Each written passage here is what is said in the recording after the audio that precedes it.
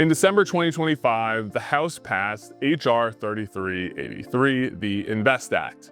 It packages 22 capital formation bills and now heads to the Senate. The bill attacks three problems: small business access to capital, limited investor access to private markets, and the cost and friction of going public. First, small business and fund formation. The act raises the regulation crowdfunding threshold for accountant-reviewed financials from $100,000 to $250,000 and lets the SEC push that up to $400,000.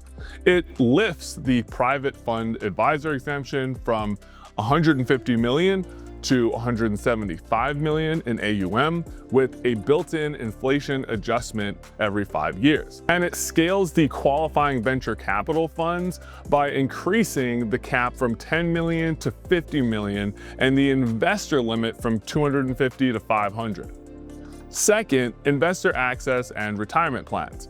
The accredited investor definition is modernized in this bill so that education, licenses, experience, or passing a new SEC exam can qualify someone alongside updated wealth tests. The bill also lets 403(b), which is churches and certain governmental plans, use CITs and similar vehicles, bringing them closer to 401k parity, and creates a senior investor task force plus an electronic delivery regime for shareholder reports with an opt-out for paper.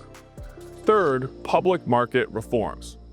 For emerging growth companies, the act cuts audited financials from 3 years to 2 and extends the testing the waters and the confidential submissions and expands WICSI eligibility by dropping the float threshold from 700 million to 400 million, so more issuers can use streamlined shelf offerings.